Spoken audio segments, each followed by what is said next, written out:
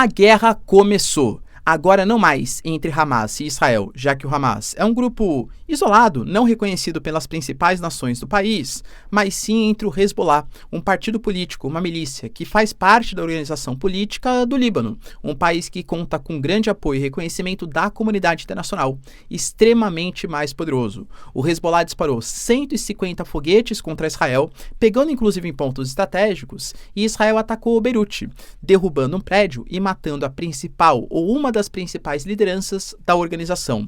O Hezbollah já promete resposta. Benjamin Netanyahu alega que não vai comparecer à reunião com os Estados Unidos que estava prometida por toda a situação de insegurança, e os americanos aparentemente não parecem tão predispostos assim a apoiar as ofensivas israelenses no Líbano. O que está rolando? A gente tem reunião do Conselho de Segurança também, marcada para hoje, sendo que China e Rússia já deram declarações criticando a postura israelense e o Irã prometendo se aliar a todo o autodenominado eixo da resistência para aniquilar o Estado de Israel. Zelensky, pessoal, confirma que vai ter reunião com Joe Biden e Kamala Harris na semana que vem para apresentar o seu plano da vitória. E a gente tem notícias que o Lula, de fato, para fazer o plano da paz ali com Xi Jinping, telefonou para o Putin. Será que a Ucrânia, de fato, vai aceitar? A gente tem, galera, também notícias importantes sobre a Rússia ameaçando o Ocidente e principalmente a Ucrânia acerca de uma possível incursão em Bielorrússia de Alexander Lukashenko, o seu grande parceiro, e algumas discussões pertinentes acerca do Edmundo Gonzalez. Será que ele fugiu? Será que ele ficou na Venezuela? Será que ele foi expulso? Vamos discutir aqui, pois as acusações são mútuas. O Nicolás Maduro, inclusive, chama ele de mentiroso pelas suas supostas mentiras acerca da sua expulsão da Venezuela. Será mesmo? Se vocês querem entender um pouco mais sobre esses assuntos e muito mais também sobre geografia, geopolítica, atualidades, política, polêmicas, enfim, tudo para você se manter sempre bem atualizado, já se inscreve no canal, deixa seu like, compartilha esse vídeo, que eu, professor Ricardo, conto muito com a sua ajuda. Belezinha? Pessoal, recado rapidinho da nossa parceira do canal. E esse vídeo conta com o apoio da nossa queridíssima parceira Insider, que eu tenho muita alegria em trazer para vocês, a minha audiência, porque é um produto altamente qualificado que eu já usava mesmo antes de fechar a parceria e consigo oferecer um desconto exclusivaço para vocês. Não, professor, mas sabe o que é? É que quando eu vejo ali no site, tal, o preço ele tá um pouquinho mais alto do que as camisetas de algodão convencional. Cara, de verdade não tem a mínima comparação.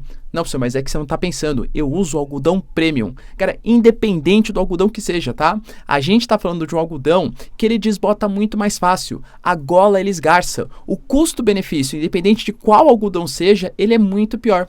Eu tô colocando para vocês uma comparação de uma Tech T-shirt depois de 50 lavagens em comparação com uma camiseta de algodão depois de 50 lavagens. O custo-benefício, pessoal, ele é muito pior, tá? Isso porque eu tô trazendo para vocês só o benefício da Tech T-shirt, que eu inclusive adoro porque ela é super simples, ela desamassa no corpo, o suor evapora muito mais rápido, não ficando naquele cheirinho desagradável no final do dia, mas você tem várias opções para homens, mulheres. Por exemplo, eu trouxe para vocês aqui, não posso mostrar que eu tô usando, claro, tá? Mas uma das minhas peças preferidas da Insider, que são as cuecas, cara, de verdade, são sensacionais, parece que você nem tá usando nada, tá? Até, isso aqui é de antes da parceria, hein? Tem aqui meu bonezinho, até mostrar aqui pra vocês, ó, meu bonezinho que também é da Insider. Então, recomendo pra vocês, pessoal, a gente tá no mês do consumidor e até o dia 22 você vai ter acesso com o cupom PROFRICARDO15, acesso a 15% de desconto no mínimo e, de acordo com mais promoções do site, pode chegar a 30%, mais frete totalmente gratuito. Ah, professor, passou do dia 22. Sem problemas, os descontos eles continuam lá, tá bom? Então acessa, compra para você ou eventualmente o presente, que eu tenho certeza que você não vai, ou a pessoa também não, se arrepender. Tamo junto, pessoal. Produtos da Insider, recomendação, professor Ricardo Marcílio. Bom, galera, então bora lá pro vídeo, ó. Como eu falei para vocês na introdução, acho que não resta dúvida, né? Eu já tinha anunciado para vocês ontem, que o Hezbollah ele tinha discursado que toda a ofensiva israelense, na verdade Israel ainda não admitiu, mas todo mundo sabe que foi Israel, por meio da inteligência, o New York Times fala sobre isso, as próprias mídias israelenses falam sobre isso, que os ataques que Israel fez por meio de componentes eletrônicos, os pagers, walkie-talkies, além de todo o deslocamento das tropas israelenses de algumas posições próximas da faixa de Gaza em direção ao norte de Israel, confirmam que a guerra começou. Aparentemente, pessoal, o que Israel quer, pelo menos suas informações preliminares, é a aplicação do que Israel fala da resolução, né, que foi aplicada ali pela ONU, quando a gente teve o fim do conflito, pelo menos a pausa do conflito entre Israel e Hezbollah em 2006, da Resolução 1701. Na prática, essa resolução da ONU, ela falava que a única organização militar, a única organização armada que poderia se consolidar como algum tipo de força tal, era o exército do Líbano e também tropas da ONU. Ou seja, o Hezbollah, que é uma milícia, um partido político, que inclusive é armado, né, muito mais armado que o Hamas, por exemplo, como eu falei na introdução, não poderia ter sua presença verificada no sul do Líbano.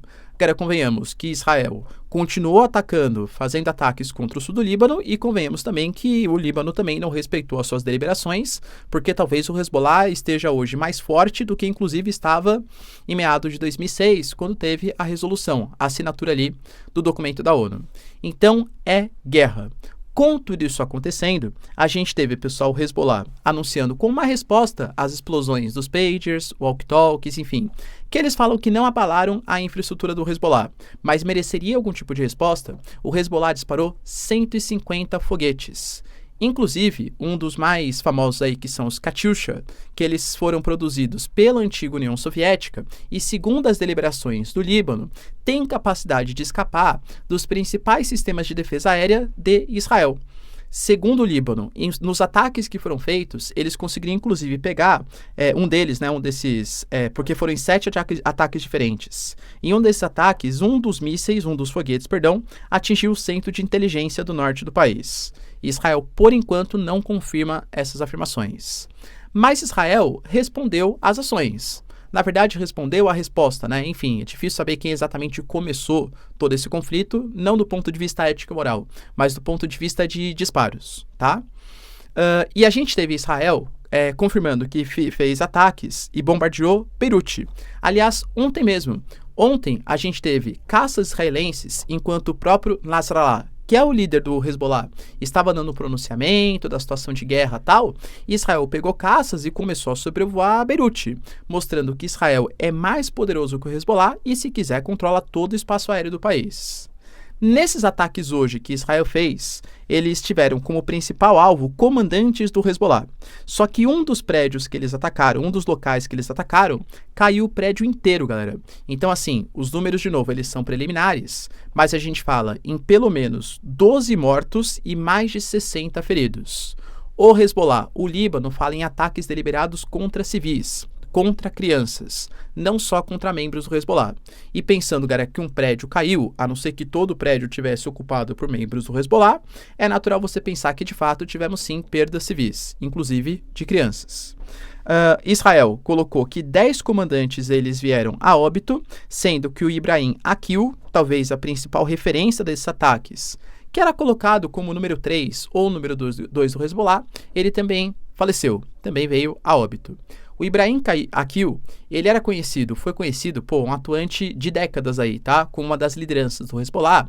Ele foi um dos responsáveis por um ataque à embaixada dos Estados Unidos no Líbano. Isso lá na década de 80. Ele era considerado como um criminoso, né, pelos Estados Unidos, pelo Ocidente, como um terror, e era um dos responsáveis pela coordenação das ofensivas do Hezbollah no norte de Israel.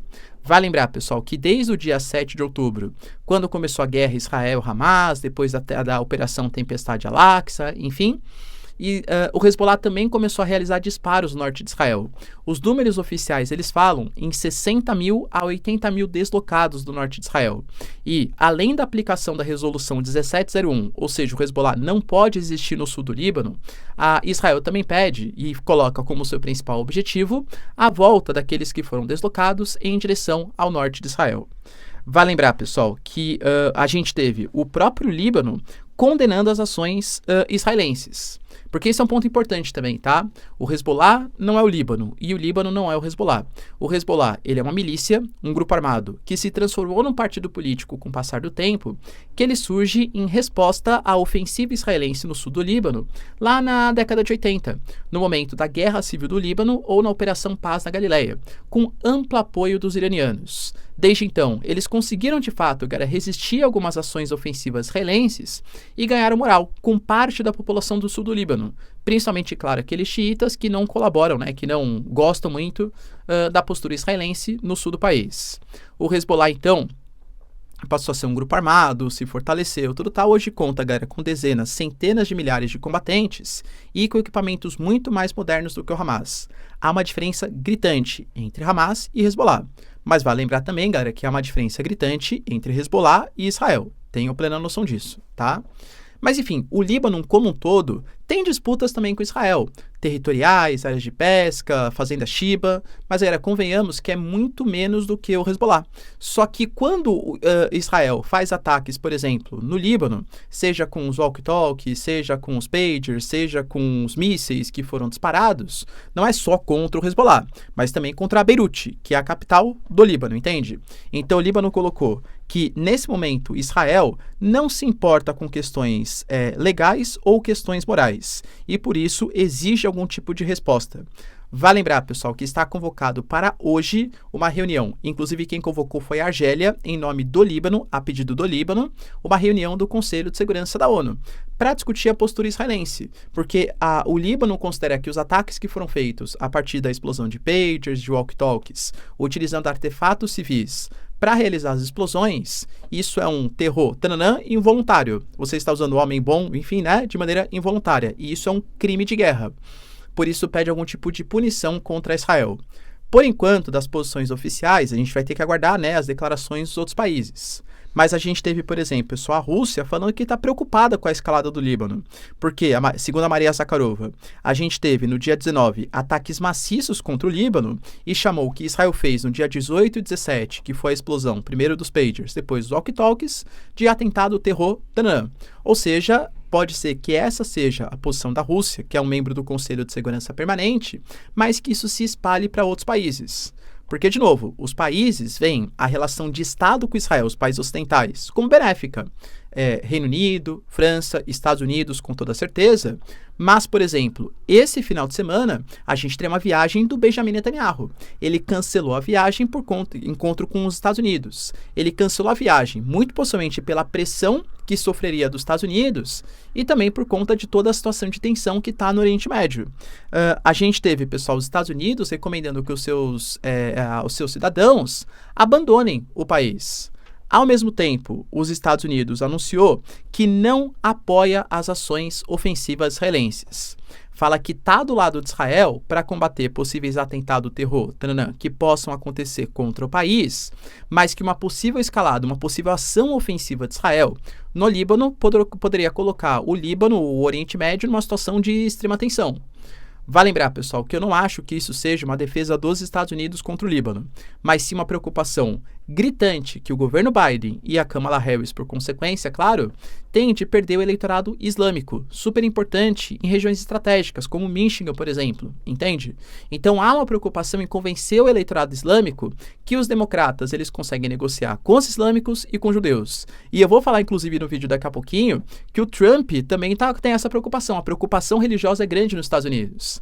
Pesquisas recentes indicam que os judeus, 65%, apoiam a Kamala Harris. O Trump ele fez um discurso hoje, inclusive, né, um discurso na cúpula nacional do Conselho Israel-Estados Unidos, ali em Washington, colocando que se os republicanos perderem, Israel deixa de existir em 2 anos, porque não vai contar com apoio democrata.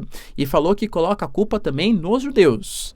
Porque você pega alguns estados estratégicos, a Pensilvânia, por exemplo, que é um swing state, é um estado que você tem cerca de 400 mil judeus.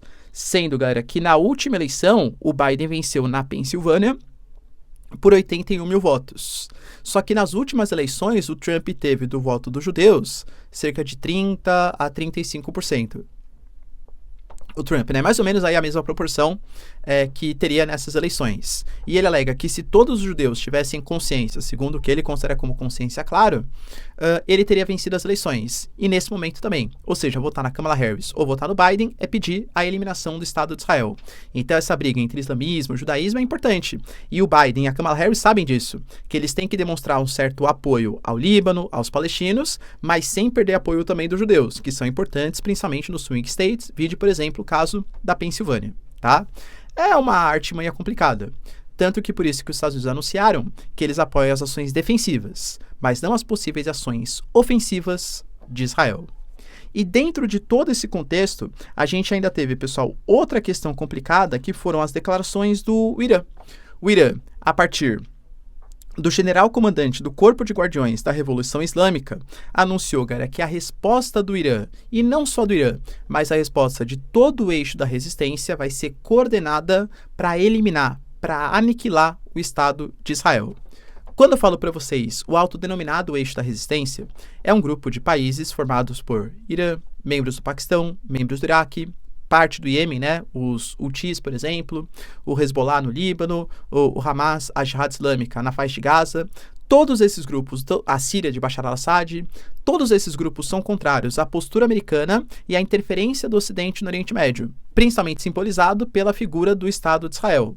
Então, segundo o Irã, tá? Chegou o momento, depois dos ataques contra o Hezbollah, contra a Jihad Islâmica e até das ofensivas que, segundo o Irã, tá? Segundo as ofensivas que foram feitas no anexo da embaixada do Irã na Síria, que o Irã até atacou, né, com alguns mísseis, drones, foguetes, tudo tal, mas chegou a hora de uma coordenação para aniquilação. O Irã fala, pessoal, que eles temem, que Israel, né, teme o confronto cara a cara e por isso parte para crimes contra civis para esconder as suas derrotas geopolíticas internacionais e que a resposta tem que ser esmagadora. E aí, se a gente tiver, além do Líbano, que já condenou as ações, ou seja, Hezbollah, Líbano, um ataque contínuo também do Hamas, embora esteja extremamente enfraquecido, mas coordenado com ações da Síria, que também Israel vem atacando consecutivamente, também com os iranianos e também com os Houthis, por exemplo, que já inclusive realizaram ataques no centro de Israel, é claro que a coisa muda de patamar. E os americanos desesperados porque estão nas vésperas do processo eleitoral que vai acontecer em novembro. Entende toda a complexidade geopolítica? E aí, galera, como que o Biden e a Kamala Harris têm que se posicionar? Deixa aí nos comentários. A gente teve também, pessoal, notícias importantes acerca do Zelensky, confirmando a reunião que ele vai ter às margens da Assembleia Geral da ONU. E lembrando, hein, semana que vem é semana de Assembleia Geral da ONU. Brasilzão, é nós, a gente que vai fazer o discurso de abertura. Que será que a gente vai falar com esse monte de confusão acontecendo no mundo, hein? Lembrando que a gente promete apresentar em conjunto com os chineses, chanceler chinês Celso Amorim, a nossa proposta de paz. O Zelensky já falou que é uma proposta de paz destrutiva, porque não obriga para o início das negociações a retirada das tropas russas do território. E, inclusive, a gente teve alguns relatos da CNN que o Putin, ele teria ligado para o Lula, ou o Lula ligou para o Putin. Enfim, tiveram um telefonema ali entre eles. E que dentre as questões que foram conversadas, estava a questão da paz. Não ficou muito claro se essa conversa foi importante para formular essa proposta de paz entre China e Brasil, ou se já estava pronta a proposta de paz e os dois tiveram uma conversa para tentar estimular algum tipo de negociação ou coisa que valha. Porque a proposta Brasil e China, que já é apoiada por mais de 80 países, segundo Brasil e China, fala da necessidade de uma negociação entre os dois, mas sem a obrigatoriedade de retirada das tropas.